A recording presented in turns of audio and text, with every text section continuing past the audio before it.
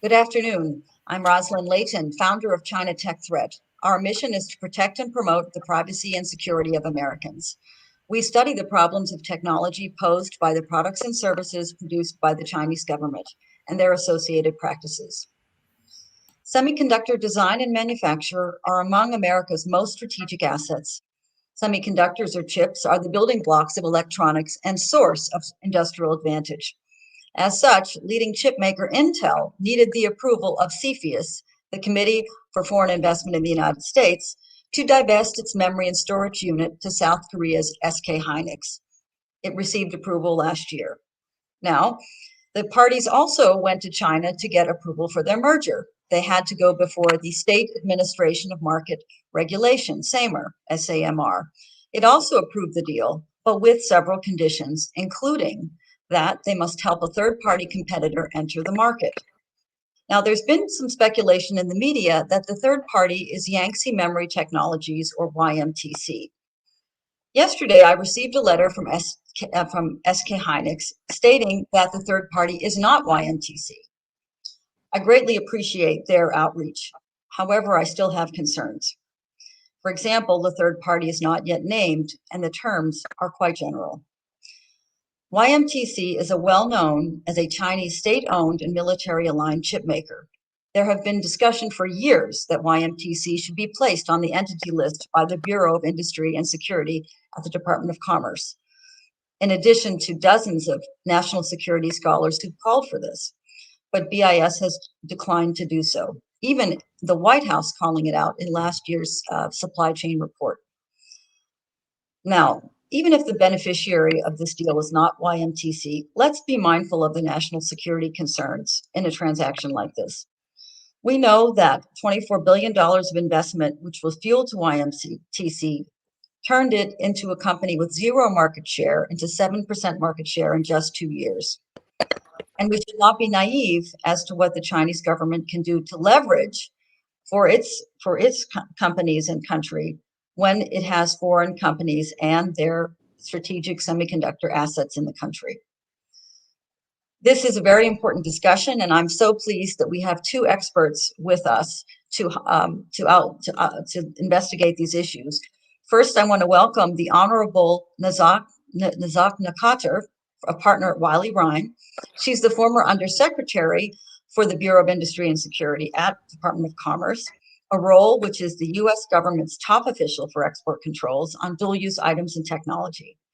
We also have my friend and colleague, Jeff Ferry, who has had a career in the semiconductor industry and is now the chief economist at the Coalition for Prosperous America. His 2019 paper on decoupling from China won an award from the National Association for Business Economics. Welcome to you both. So let's kick off our discussion. Jeff, I want to start with you. Any reactions? Maybe you can tell us why is this deal significant for the market? Maybe tell us a little bit about the types of chips that we're talking about here. Sure. Thanks, Rosalind, and thanks for the invitation to be here. What we're talking about here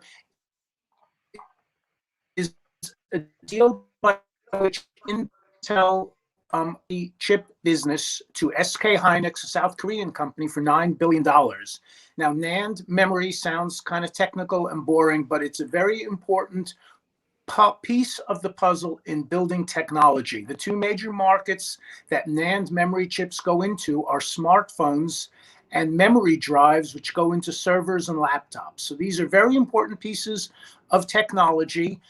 There are a small number of companies, about 6 or 7, that dominate this business in the world. The two largest are the Korean company Samsung and Kioxia, which is Japanese. And strategically, it makes sense for Intel to get out of that business and focus more on processors. It makes sense for SK Hynix to get larger in this business. So, well, we'll have Jeff get back to us. Nazak, how about your reactions? I mean, you have you see this from the national security lens. What's important for you? Yeah, and Rosalind, thanks for having Jeff and I on. to talk about this important topic. Look, I mean, semiconductors is part of China's national strategy. It is the thing that allows it to dominate the tech sector and the military sector, right? It's really just needed for everything.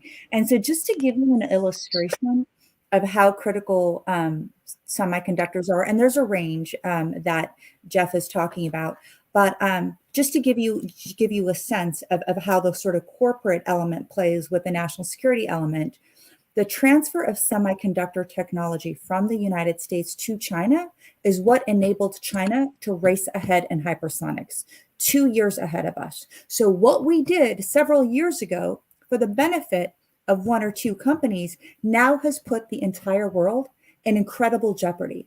And so as we turn it back to Jeff, and I was filling in, Jeff, until you got back online, was at what point are we willing to scale back to prevent the national security interests of not only this country, but the entire world? So back over to you, Jeff. Well, okay. And just let's just one thing, let's just clarify. When you're talking about hypersonic, you mean hypersonic missiles. That's right. And also, so you've got hypersonic missiles, but all of the technology that enables you to simulate the hypersonics capabilities, trajectory, landing, movement, how well it's performing, how all of that is also chip-based. And it's all of those, the semiconductors that enables a whole range of things, including, I should say, it's not limited to hypersonics, nuclear weapons simulations, right? This is all enabled by chips. So why are we doing this to ourselves? But anyway, over to you, Jeff. Okay. I hope you can hear me, ladies. Yep. Okay.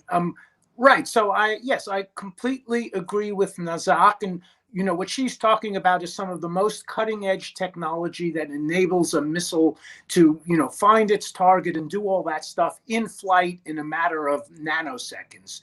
But to make that chip, that processor work, you need memory chips and you need other supporting technology. No single product exists in a vacuum.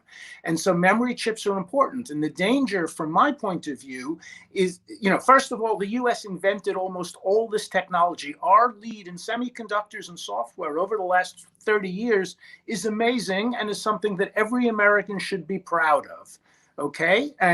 But what we've seen in the last 30 years is step by step, the design, the manufacture, and the selling of these products is moving to China. And at some point, as Nazak is saying, on the military side, they will be better than us if this trend continues. We've got to draw a line in the sand somewhere and say, stop. No more shifting all of our technology, whether it's manufacturing or design or capital or whatever, in tech, to China. No more technology theft, no more forced technology transfer. Now, memory chips are important, and this is a great moment to say, and Nazak's going to tell us how we can do it legally, to say, look, Intel and SK Hynix cannot agree to this deal unless it's very clear that they are committing themselves as corporations not to forcibly transfer technology to China and create a competitor to themselves, which is actually not even in their own interest. The US would never set up such conditions for foreign companies to do a deal, and China shouldn't be allowed to do the same thing. That's my view. Great point. So, and, you know, just coming back here, Nazak, let's turn it over to you. I mean, I think the issue we know with YMTC, that's an expressly Chinese military company. But we know sort of through civil military fusion that any firm in China can be kind of enjoined or commandeered, if you will, for military purposes. We have a number of reports around how startup companies have, how would you say, gone around our rules, so they haven't triggered the, you know, let's say the export, they were small. So, and then eventually the startup is accessing AI technology, then it ends up in the Chinese military somehow. And it's because they have played this shell game. But please, maybe you can give us your view, because, you know, if it isn't so easy for companies who want to merge, I mean, they do have to go through a lot of hoops in the United States. And we have a lot of controls, if you will, that will investigate different transactions. And you know, the companies spend a lot of effort to try to fulfill those. And, you know, maybe there's more that needs to be done. Yeah, so there's a number of things to unpack there. And again, thank you for just elevating this issue so people can talk about it. So the first thing is let's the civil mill fusion strategy. So this goes beyond civ mill fusion. Any major company that's critical to China's national security goals and interests has one or more CCP members somehow involved in the company. Every time I look, there's a company in this sector, and I look at the corporate structure, there is heavy-handed CCP involvement in there. So these, even if they seem commercially distinct, are very much operating in conjunction, whether there's ownership stakes or CCP members on the board or have some type of executive role. So let's just be very, very clear about that. That is really a thing. The other thing I really wanted to question, and this came up in another discussion on semiconductors, and somebody was just saying, so what? So what if China has semiconductor parity? And I think it's really important to anchor it. There's a lot of reasons, but one of the reasons I think about its criticality is because China also controls the upstream supply chain that one can use to make semiconductors, critical minerals, chemicals, et cetera. The reason we still have access to this stuff is because China still needs our semiconductor technology. Make no mistake, as soon as it indigenizes semiconductor technology, we do not have access to these materials that we need to make semiconductors. Neither do our allies and partners. So that's why, at least from my perspective, why this is so important to slow them down, because we kind of see the writing on the wall. We've got to sort of cure our upstream vulnerabilities. And then it goes into, so, okay, what can Cepheus do? I think, without going into the specifics of this deal, because the reality is that nobody knows, talking about it in the abstract, right? A transaction clears Cepheus review and now goes to SAMR, the Chinese regulator authorities, and then they put conditions on it, or whether explicitly or strongly hint conditions or suggestions. Well, they're going to leverage everything they can to benefit from any transaction. You don't want a lost opportunity. If you're the CCP and semiconductors is so critical, you don't want a lost opportunity. So you're going to nudge this in a way that provides something to your domestic sector in exchange for their approval, right? So whatever those conditions are, there's a thing. Now, the US government very much has the legal authority, I think, to bring this back into Cepheus review for two reasons. Whether the transfer of ownership results in the Chinese government having some type of leverage over the transaction to benefit, or coerces the acquired company to behave in a way that it otherwise wouldn't, or access to non-public technologies. These could be conditions of the deal. And if that is part of the decision-making, or if the government suspects that that might be a thing, they can always call this back under Cepheus review and do a couple of things.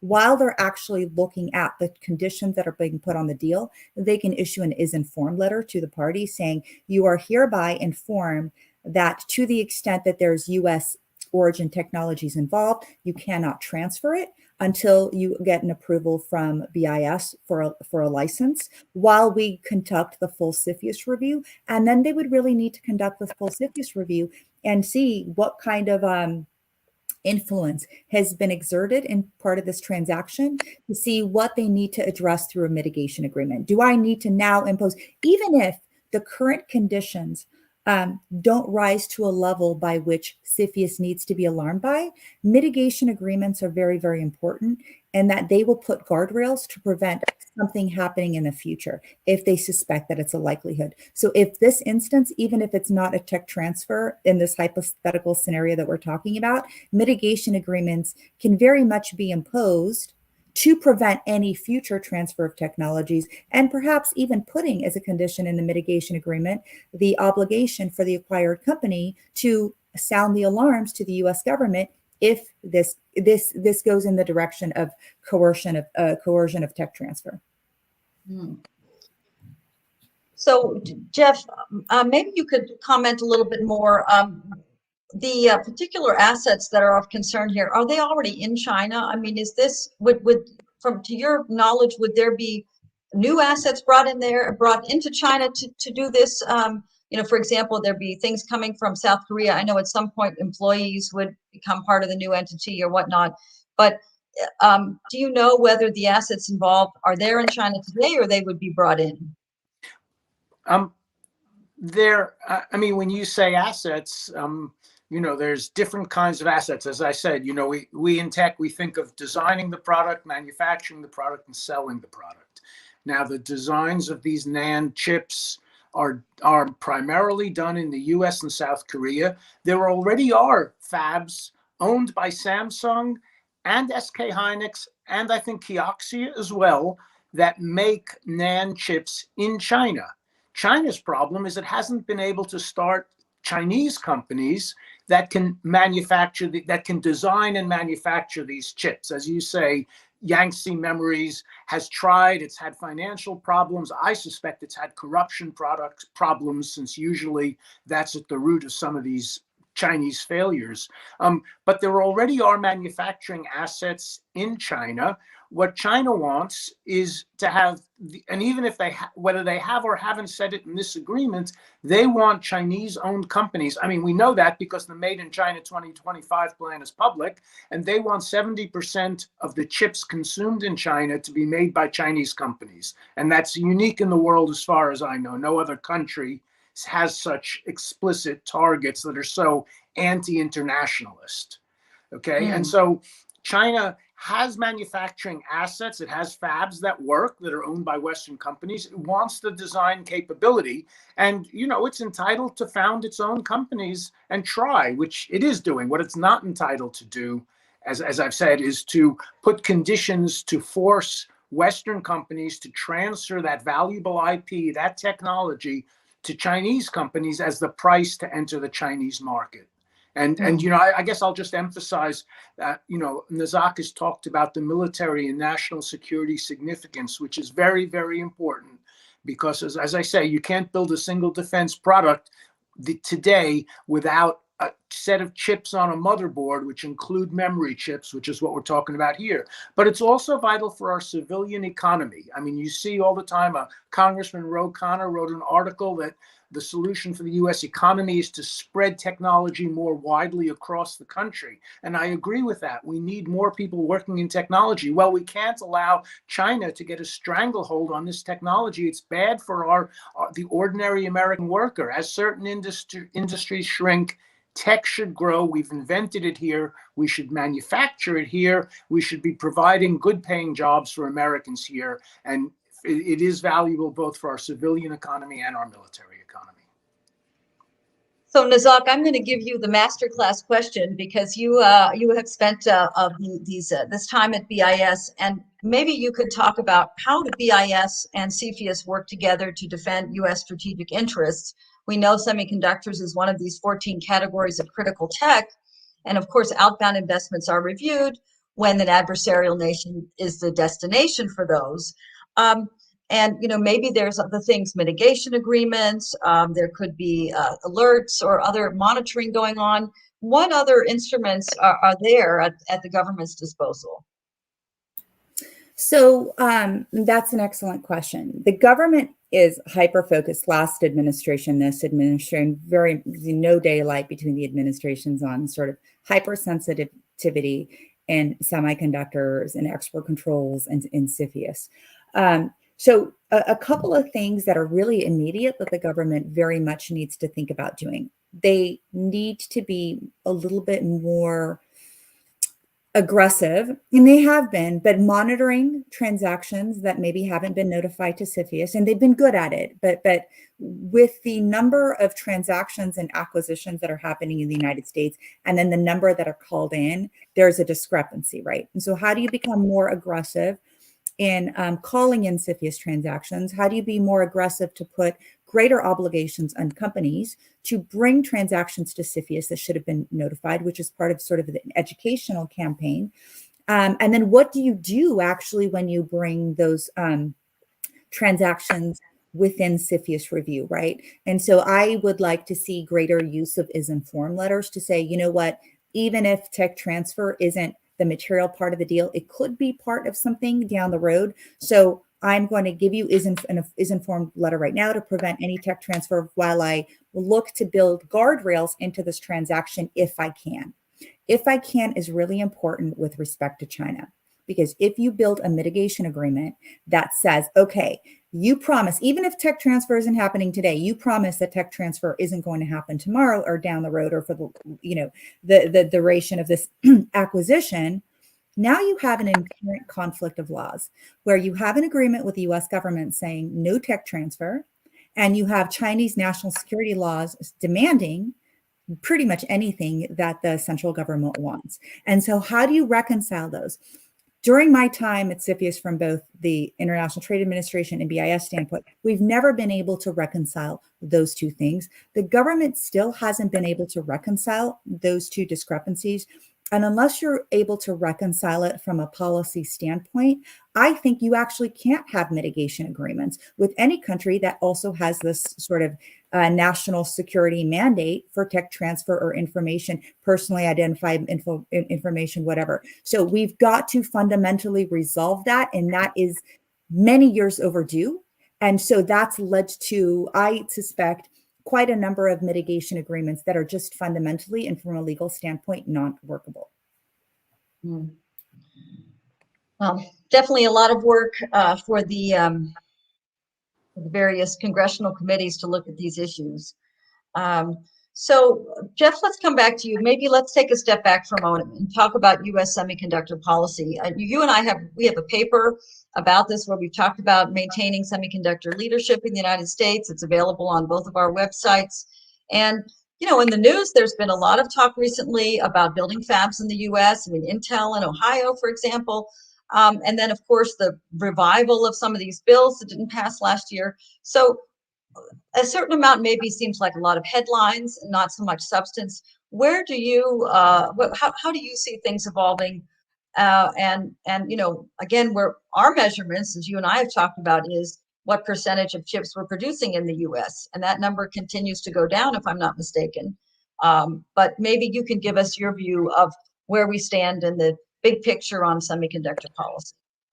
Yes, I think the first thing I'd say is the CHIPS Act, which would be the federal government providing roughly $50 billion worth of credits to the chip industry for locating in the U.S., does seem to be inching towards passage through both houses in some way, shape, or form. That's what I'm hearing. That would be a very good thing.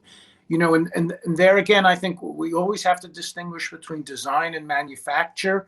On the design side, every American should be proud. I mean, whether you're talking about companies like Intel or NVIDIA or Micron or Texas Instruments, these are each world leaders designing chips on a regular basis that break barriers that other countries haven't even conceived of. On the manufacturing side, the story is much worse. As you said, we produce a small minority of the chips in the world today. We need to change the rules of the game, partly the rules of public companies, I believe, to incentivize companies to build more fabs in this country. The CHIPS Act will help. I would add that the latest quarterly data from Applied Materials shows that China is still buying far more chip-making equipment than any other country in the world, including the US, which isn't even second, and Taiwan, which is second. So that's an area of large concern. We need to beef up our manufacturing capability because we can't allow ourselves to become dependent on China. And I would say that the semiconductor industry is multiple sectors, as not just processors and not just memory. There's other kinds of chips. Another final thing I'll mention before turning it back to you, Rosalind, is what's happened in the last year is the upsurge in electric vehicles. And by the way, the upsurge in Chinese production of electric vehicles have left all three major areas, China, the US, and Europe, car companies saying we can't get our hands on enough chips to make these cars and get them out the door and bringing in revenue. So there's pressure in all three regions on the semiconductor industry to produce more. And, that's an opportunity for the US. That's how we should see it. We should put the rules and the regulations in place to ensure that those chips, very significant portion, the majority of them, get made in this country, not in Asia. So that's, I think, where we stand right now. Great. Well, Nazak, I'm going to give you the last word. You've had so many great things to say, and I wish we had more time today. We're certainly going to have you back again. But when you think about, you've outlined a number of instruments. I think that they all sound quite valuable and important. You know, we've talked about the informed letter, the mitigation agreements, different alerts. What other things in U.S. policy? I mean, it could also be a matter of existing rules that we have, perhaps they're not so well enforced.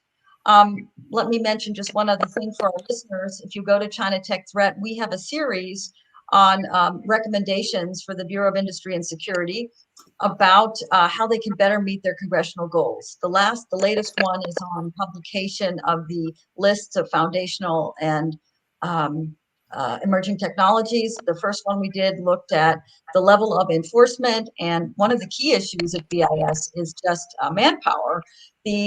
So many things happen, so much goes on. What BIS can actually review is just small, less than 1% of the trade, and so there's the challenge there. So anyway, what I wanted to ask you, Nazak, when you look at policy to achieve our national security goals in the semiconductor domain, what is really important to you that you think we could be doing better or that we're not doing that the policymakers should focus on?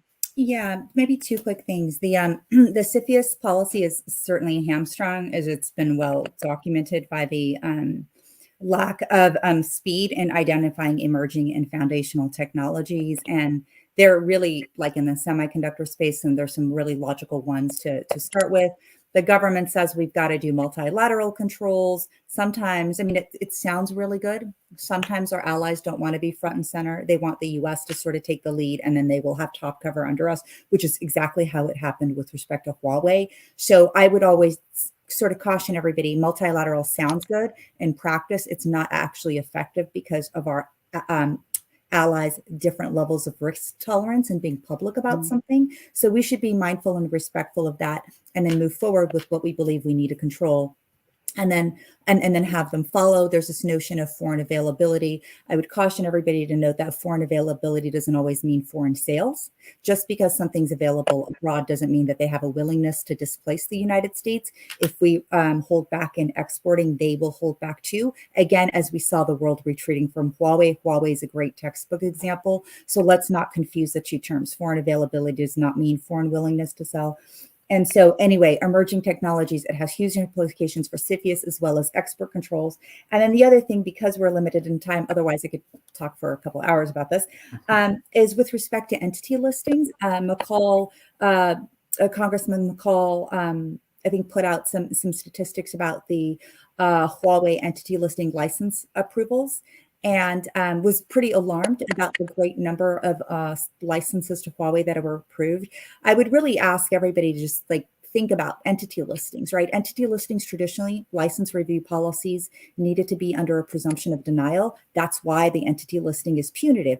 If you're acting contrary to U.S. policy and foreign security, U.S. policy interests or national security interests, you go on the entity list. In a way, it's punitive by restricting through license process exports to you. If it's a case-by-case license review policy, in a way, you've de facto removed that entity from the entity list. So I would then really have everybody take a long, hard look at the entity listings and look at where the license reviews are case-by-case, and then ask yourselves, does it really need to be case-by-case, or does it need to be a policy of denial?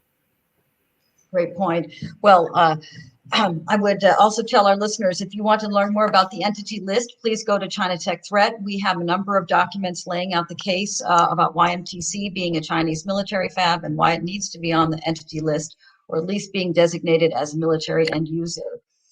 I want to thank our two brilliant panelists today, Nazak Nakatar from Wiley Ryan, formerly our representing us at BIS, serving as Undersecretary. Thank you so much for your service.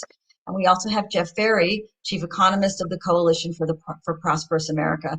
Thank you all. Hope you had a nice lunch and learned something, and we will see you again at China Tech Threat. Thank you, Rosalind. Thank you.